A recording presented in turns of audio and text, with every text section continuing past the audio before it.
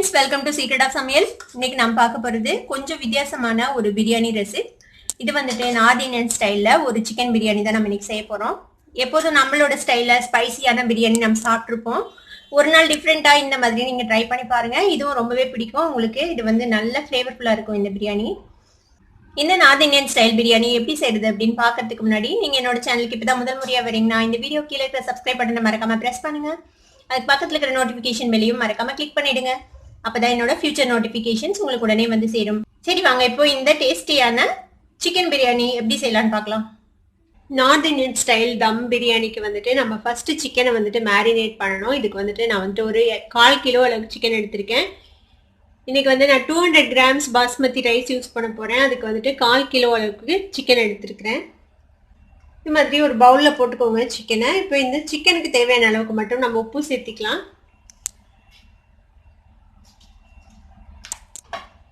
இது கூட ஒரு 1/4 டீஸ்பூன் அளவுக்கு மஞ்சள் பொடி சேர்த்திக்கோங்க. சில்லி பவுடர் ஒரு 1/2 டீஸ்பூன் அளவுக்கு சேர்த்துறேன். இது ரொம்ப காரமான சில்லி பவுடர், அதனால நான் கொஞ்சம் கம்மியாக தான் சேர்த்துறேன். இப்போ நம்ம பச்சை மிளகாய் சேர்த்துவோம். இது கூட ஒரு 1 டேபிள் ஸ்பூன் அளவுக்கு ஜிஞ்சர் கார்லிக் பேஸ்ட் சேர்த்திக்கலாம். 1/4 டீஸ்பூன் கரம் மசாலா பொடி, ஒரு 1/2 டீஸ்பூன் பிரியாணி மசாலா பொடி. நீங்கள் எந்த பிரியாணி மசாலா பொடி வேணால் யூஸ் பண்ணலாம். நான் வந்து எவரெஸ்ட் பிரியாணி மசாலா பொடி எடுத்துருக்கேன். இது கூட ஒரு 1/4 டீஸ்பூன் அளவுக்கு பெப்பர் பவுடர் சேர்த்திக்கலாம். இது கூட ஒரு 3 பச்சை மிளகாய், கொஞ்சமாக புதினா தலை. நம்ம வந்துட்டு சவுத் இந்தியன் ஸ்டைல் பிரியாணிக்கு வந்துட்டு நிறைய புதினா தலை போடுவோம். இதுக்கு வந்துட்டு அவ்வளோ புதினா தேவையில்லை. சம்டைம்ஸ் அவங்க புதினா இல்லாமல் கூட செய்கிறாங்க. கொஞ்சமாக புதினா தலை சேர்த்திக்கலாம் ஃப்ளேவருக்காக. கொத்தமல்லி தலை அதை விட கொஞ்சம் ஜாஸ்தியாக சேர்த்திக்கலாம். இதில் அவங்க ஆட் பண்ணுற இன்னொரு முக்கியமான ஐட்டம் என்னன்னா ஃப்ரைட் ஆனியன்ஸ். இது வந்துட்டு 2 வெங்காயத்தை இந்த மாதிரி ஸ்லைஸ் பண்ணி எண்ணெயில் பொரிச்சு எடுத்து வச்சிருக்கிறேன். இப்போ இதில் வந்துட்டு இதை வந்து அவங்க நிறைய போடுவாங்க. இப்போ வெங்காயம் விற்கிற விலைக்கு நம்ம நிறையாலாம் போட முடியாது. நான் வந்துட்டு ஒரு 2 ஆனியன் இந்த மாதிரி ஃப்ரை பண்ணி வச்சுருக்கிறேன். இப்போ இந்த ஆனியனை வந்துட்டு இதில் சேர்த்திடலாம். கொஞ்சம் வெங்காயம் மிச்சம் வச்சுக்கலாம், நம்ம கடைசியில் கார்னிஷ்காக யூஸ் பண்ணிக்கலாம் இதை. இப்போ இதை ஃபஸ்ட்டு ஒரு மிக்ஸ் பண்ணிக்கலாம் நம்ம. இப்போ இது கூட ஒரு 1/2 கப் அளவுக்கு தயிர் ஆட் பண்ணிடலாம். ஒரு 1/2 எலுமிச்சம்பழத்தோட சாறு எடுத்து வச்சிருக்கிறேன். இதையும் இதில் சேர்த்திடுங்க. இது வந்து ஏலக்காய் பொடி என்கிட்ட பவுடராக இருக்குது, நான் பவுடர் பண்ணி வச்சிருக்கேன். அதனால பவுடர் ஆட் பண்ணுறேன். ஒரு 2-3 பிஞ்ச் அளவுக்கு ஏலக்காய் தூள். இது கூடவே வந்துட்டு ஒரு 1 டேபிள் ஸ்பூன் அளவுக்கு எண்ணெய் விடணும். இது வந்துட்டு ஆனியன் ஃப்ரை பண்ண எண்ணெய். இது அந்த வெங்காயத்தோட ஃப்ளேவரோட இருக்கும் இந்த ஆயில். இதில் வந்துட்டு ஒரு 1 டேபிள் ஸ்பூன் அளவுக்கு எண்ணெய் சேர்த்தில அதில். இப்போ இது திரும்பியும் நல்லா மிக்ஸ் பண்ணி மினிமம் ஒரு 1/2 மணி நேரம் இதை வந்துட்டு நீங்கள் ஊற விடணும் இந்த சிக்கனை. இங்கே பாருங்க, நம்ம எல்லாத்தையும் மிக்ஸ் பண்ணி வச்சிட்டோம். இது வந்துட்டு இப்படியே ஒரு 30 மினிட்ஸ் இருக்கட்டும். இப்போ ஒரு பாத்திரத்தில் வந்துட்டு நான் தண்ணி சுட வச்சிருக்கேன். இதில் வந்துட்டு நம்ம பாஸ்மதி ரைஸை வேக வச்சு எடுத்துக்க போகிறோம். இதில் வந்துட்டு இப்போ தண்ணி சூடாக இருக்கு பாருங்க. இதில் வந்துட்டு ஒரு 2 பட்டை, 4 கிராம்பு, இது வந்து பெரிய ஏலக்காய், இது வந்து நம்ம நார்மல் ஏலக்காய். அது 2ஐயும் லேசாக தட்டி வச்சிருக்கிறேன். ஏன்னா அதோட ஃப்ளேவர்ஸ் வந்து இந்த தண்ணியில் இறங்கணுங்கிறதுக்காக. இந்த ஏலக்காயும் போட்டுடலாம், இதையும் போட்டுடலாம். இது கூட ஒரு 1 டீஸ்பூன் அளவுக்கு எண்ணெய் விட்டுக்கோங்க. இப்போ இந்த தண்ணியில் வந்துட்டு நல்லா உரைக்கிற அளவுக்கு நம்ம உப்பு சேர்த்திக்கணும். ஏன்னா நம்ம இது வந்து தம் பண்ணும்போது நம்ம ஊர் பிரியாணி மாதிரி நம்ம மசாலாஸோட மிக்ஸ் பண்ண மாட்டோம். அதனால உப்பு வந்து இந்த தண்ணியிலேருந்து ஏறினது தான் அரிசியில். அதனால உப்பு வந்து நல்லா இந்த தண்ணி டேஸ்ட் பண்ணிங்கன்னா உப்பு நல்லா உரைக்கணும். அந்தளவுக்கு உப்பு சேர்த்திக்கலாம். நான் ஒரு 3 டீஸ்பூன் அளவுக்கு உப்பு போட்டிருக்கேன். இந்த தண்ணி வந்து நம்ம வடிச்சிட போகிறோம். அதனால உப்பு வந்து நிறைய போடுறோமேனு பயப்பட வேணாம். உப்பெல்லாம் வெளில போயிடும் தண்ணியோட. அரிசியில் கொஞ்சம் தான் உப்பு ஏறும். இந்த தண்ணி கொதி வருது. இப்போ நம்ம வந்துட்டு ஒரு 1/2 மணி நேரமாக ஊற வச்சிருக்கிறேன் இந்த பாஸ்மதி அரிசி. இப்போ இதில் வந்து தண்ணி எல்லாம் ட்ரெயின் பண்ணிட்டேன். நான் வந்துட்டு 200 கிராம் அளவுக்கு பாஸ்மதி அரிசி எடுத்துருக்கிறேன் இன்னைக்கு. 250 கிராம் சிக்கனுக்கு. இப்போ இந்த அரிசியை வந்துட்டு இந்த தண்ணியில் போட்டுடலாம். மிக்ஸ் பண்ணி விட்டுலாம். இப்போ இது வந்துட்டு ஒரு 65 to 70% இது வந்து குக் ஆகணும் இந்த அரிசி. அது வரைக்கும் இதை குக் பண்ணி எடுத்துக்கலாம்.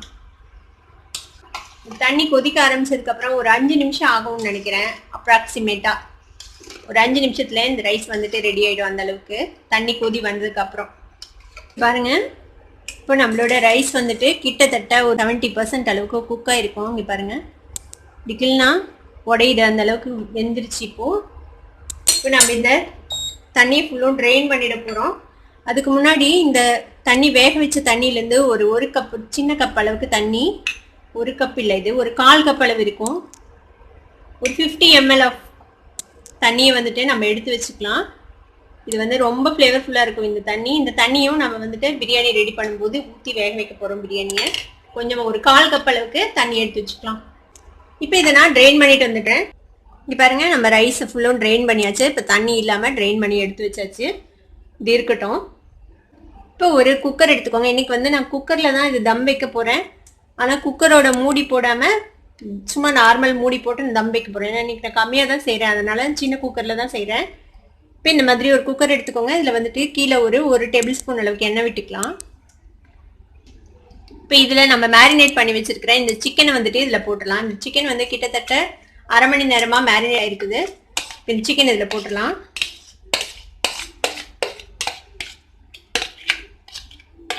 சிக்கனை வந்துட்டு நல்லா ஸ்ப்ரெட் பண்ணி விட்டுருங்க. ஒன்று மேலே ஒன்று இல்லாத மாதிரி இப்படி தனித்தனியாக இருக்கிற மாதிரி ஸ்ப்ரெட் பண்ணி விட்டுருங்க. இப்போ இதில் நம்மளோட மேரினேஷன் கொஞ்சம் மிச்சம் இருக்குதுல்ல, இப்போ இதில் வந்துட்டு நம்ம இந்த அரிசி வேக வச்ச தண்ணி கொஞ்சம் எடுத்து வச்சோம்ல, அந்த தண்ணியிலேருந்து கொஞ்சமாக விட்டு இது நல்லா மிக்ஸ் பண்ணி இதையும் அதில் விட்டுடலாம். இந்த மேரினேஷன் வேஸ்ட் பண்ண வேண்டாம், இதில் நிறைய ஃப்ளேவர்ஸ் இருக்கும்ல. இதையும் இது கூட விட்டுடலாம். இதை நல்லா கலந்து விட்டுருங்க. இந்த மாதிரி நல்லா சிக்கனை ஸ்ப்ரெட் பண்ணி விட்டுருங்க. சிக்கன் ஒன்று மேலே ஒன்று இல்லாத மாதிரி பார்த்துக்கோங்க. ஏன்னா நம்ம சிக்கன் பச்சையாக போடுறோம், அப்போ தான் வந்து சிக்கன் கரெக்டாக குக் ஆகும் ஈவனாக. இப்போ இந்த சிக்கனுக்கு மேலே நம்ம வேக வச்சிருக்கிற இந்த 70% குக் பண்ணி வச்சிருக்கிற இந்த ரைஸை வந்துட்டு இது மேலே போட்டுடலாம்.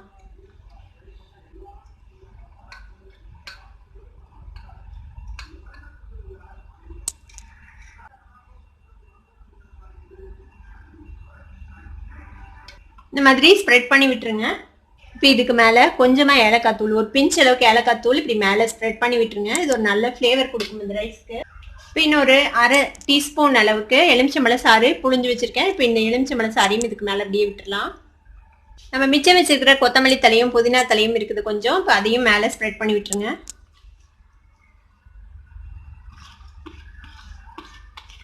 இப்போ இதுக்கு மேலே ஒரு 2 டீஸ்பூன் அளவுக்கு நெய் வந்துட்டு இப்படி ஸ்ப்ரெட் பண்ணி விட்டுருங்க. நம்ம நெய்யை ஆட் பண்ணல இது வரைக்கும், இப்போ தான் ஆட் பண்ணுறோம். ஒரு 2 டீஸ்பூன் அளவுக்கு நெய் விட்டுக்கலாம். இது வந்து பாலில் வந்துட்டு ஆரஞ்சு ரெட் கலரோட ஃபுட் கலர் இருக்குதுல்ல, அது வந்து சும்மா ஒரு பிஞ்ச் வந்துட்டு மிக்ஸ் பண்ணி வச்சுருக்கேன். இப்போ இதை வந்துட்டு லைட்டாக இப்படியே ஸ்ப்ரெட் பண்ணி விட்டுருங்க அங்கே ஒன்று இங்கே ஒன்றுமா.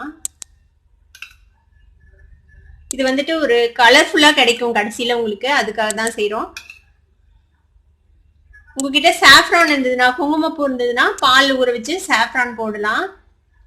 அதே மாதிரி நம்ம இந்த தண்ணி எடுத்து வச்சோம்ல, அரிசி வேக வச்ச தண்ணி, இந்த தண்ணியில் வந்துட்டு கொஞ்சமாக எல்லோ கலர் ஃபுட் கலர் சேர்த்துருக்கேன்.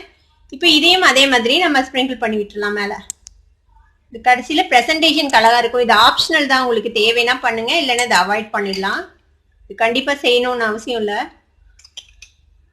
இது கடைசியில் பார்க்கறதுக்கு அழகாக இருக்கும், அதுக்காக வேண்டிதான் செய்கிறோம். இப்போ இந்த தண்ணி நம்ம ஆட் பண்ணுறதுனால கீழே பிடிச்சிக்குமோ அப்படிங்கிற ஒரு பயம் இருக்காது. கீழே வந்து சிக்கன் வந்துட்டு தீஞ்சு போயிருமோ அப்படின்னு நம்ம பயப்பட தேவையில்லை. இப்போ இதுக்கு மேலே நம்ம அந்த வெங்காயம் பொரிச்சோம்ல, அந்த எண்ணெயிலேருந்து ஒரு 1/2 டீஸ்பூன் எண்ணெயை வந்துட்டு அதையும் இதில் விட்டுருங்க மேலே. இப்போ நம்ம எப்போதும் போல் தம் வைக்க போகிறோம். இப்போ வந்து நான் ஒரு தோசை தவா வந்துட்டு அடுப்பில் வச்சுருக்கேன். இப்போ அடுப்பை வந்து ஹீட்டில் வச்சுருக்கேன், ஃபுல் ஹீட்டில் வச்சுருக்கேன். நல்லா சூடாகும் இது. இப்போ நம்ம என்ன பண்ணுறோம்னா இந்த குக்கரை தூக்கி இதில் வச்சிடலாம். இந்த மாதிரி ஒரு லிட் போட்டு மூடி போட்டு இதுக்கு மேலே நம்ம வந்து வெயிட் வைக்க போகிறோம். இப்போ இதுக்கு மேலே வெயிட் வைக்கிறதுக்கு நான் வந்து தண்ணி சுட வச்சுருக்கேன். இப்போ இந்த தண்ணி சுட வச்ச தண்ணி இது மேலே வச்சு இது மேலே மூடி போட்டு வச்சிடலாம். இது இப்படியே வந்து தம் ஆகணும். கொஞ்ச நேரம் ஹை ஃப்ளேமில் ஒரு 10 நிமிஷம் இருக்கட்டும். அதுக்கப்புறம் நல்லா சிம் பண்ணி வச்சு ஒரு 30 நிமிஷம் நம்ம வேக வைக்க போகிறோம் இதை. ஏன்னா நம்ம வந்து சிக்கன் வந்து பச்சையாக தான் ஆட் பண்ணியிருக்கிறோம், சிக்கன் வந்துட்டு வேகணும். அதனால ஃபர்ஸ்ட் ஹை ஃப்ளேமில் கொஞ்சம் நேரம் இருக்கட்டும், அதுக்கப்புறம் சிம் பண்ணி வச்சுக்கலாம். வெயிட் வச்சதுக்கப்புறம் நம்ம வந்துட்டு அடுப்பு கொஞ்சம் நேரம் ஹையில் இருந்தது, இப்போ நான் சிம் பண்ணி வச்சுட்டேன். இப்போ வந்து இப்படியே சிம்லேயே வந்துட்டு இது ஒரு 30 மினிட்ஸ் பக்கமாக வேகணும். ஏன்னா நம்ம சிக்கன் வந்துட்டு பச்சையாக போட்டிருக்கோம், அது வேகணும் அது வரைக்கும். அதனால நம்ம 30 நிமிஷம் வெயிட் பண்ணலாம். அது வரைக்கும் நம்ம இதில் இடையில ஓப்பன் பண்ண வேணாம், இது இப்படியே வேகட்டும். இப்போ நான் அடுப்பு ஆஃப் பண்ணிட்டேன். மொத்தமாக 40 மினிட்ஸ் நம்ம வேக வச்சுருக்கோம். ஒரு 10 மினிட்ஸ் ஹை ஃப்ளேமையும் அதுக்கப்புறம் 20 மினிட்ஸ் லோ ஃப்ளேம்லேயும் வச்சு குக் பண்ணியிருக்கிறோம். இப்போ நம்ம ஓப்பன் பண்ணி பார்ப்போம். ஓபன் பண்ணும்போது கொஞ்சம் கேர்ஃபுல்லா ஓபன் பண்ணுங்க. ஏன்னா நம்ம தம் வச்சிருக்கோம். இதுல வந்துட்டு உள்ள வந்து ஆவி நிறைய இருக்கும். ஸ்டீம் வந்து முகத்துல அடிச்சிரும். பாருங்க எப்படி ஆவி பறக்க பறக்க நம்மளோட பிரியாணி ரெடி ஆயிடுச்சு. இப்போ இதை வந்துட்டு நீங்க மிக்ஸ் பண்ணக்கூடாது, அப்படியே தான் லேயர் பை லேயரா எடுக்கணும். இப்போ நம்ம இந்த பிளேட்ல எடுத்து பார்க்கலாம். இப்போ இந்த மாதிரி இப்படி கீழே கீழே பீஸ் வரைக்கும் நீங்க கரண்டி போற மாதிரி பார்த்துக்கோங்க. பாருங்க இப்படி எடுத்துக்கணும். பாருங்க எவ்வளோ கலர்ஃபுல்லா இருக்குது நம்மளோட பிரியாணி, சூப்பரா இருக்குதுல்ல. இங்க பாருங்க பீஸ் வந்துருச்சு. நம்ம அந்த கலர் போட்டதுனால தான் இந்த மாதிரி இந்த ரெட் அண்ட் எல்லோவா ஒரு மாதிரி நல்லா கலர்ஃபுல்லா இருக்குது பார்க்கறதுக்கு.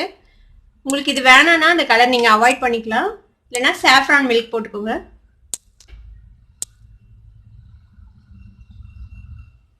பாருங்க நம்மளோட சிக்கனும் நல்லா வெந்துருச்சு, நல்லா குக் ஆயிடுச்சு. இப்போ சாஃப்டா பாருங்க நல்லா ஆவி பறக்க பறக்க நம்மளோட நார்த் இந்தியன் ஸ்டைல் பிரியாணி இப்போ ரெடி ஆயிடுச்சு.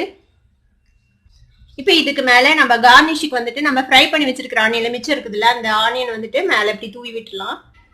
இந்த நார்த் இந்தியன் ஸ்டைல் பிரியாணி சூப்பரா ரெடி ஆயிடுச்சு. இங்க பாருங்க எவ்வளவு உதிரி உதிரியா, பார்க்கவே ரொம்ப சூப்பரா இருக்குதுல்ல, கலர்ஃபுல்லா இருக்குல்ல பார்க்கவே. வந்துட்டு இந்த மாதிரி ஒரு ஆனியன் ராய்த்தா இல்லைன்னா ஒரு சிக்கன் கிரேவியோட நீங்க வந்து பரிமாறலாம், ரொம்பவே சூப்பரா இருக்கும். இந்த சிக்கன் பிரியாணியை நீங்களும் ட்ரை பண்ணி பார்த்துட்டு எப்படி இருந்தது அப்படின்னு எனக்கு கமெண்ட்ஸ் ஃபீட்பேக் கொடுங்க. இந்த வீடியோ உங்களுக்கு பிடிச்சிருந்தா சப்ஸ்கிரைப் பண்ணுங்க, பக்கத்துல இருக்கிற பெல் ஐகானை கிளிக் பண்ணுங்க, அப்பதான் என்னோட நோட்டிபிகேஷன் சொன்னே உங்களுக்கு வந்து சேரும். லைக் பண்ணுங்க, ஷேர் பண்ணுங்க. தேங்க்யூ ஃபார் வாட்சிங் this video viewers. Bye by.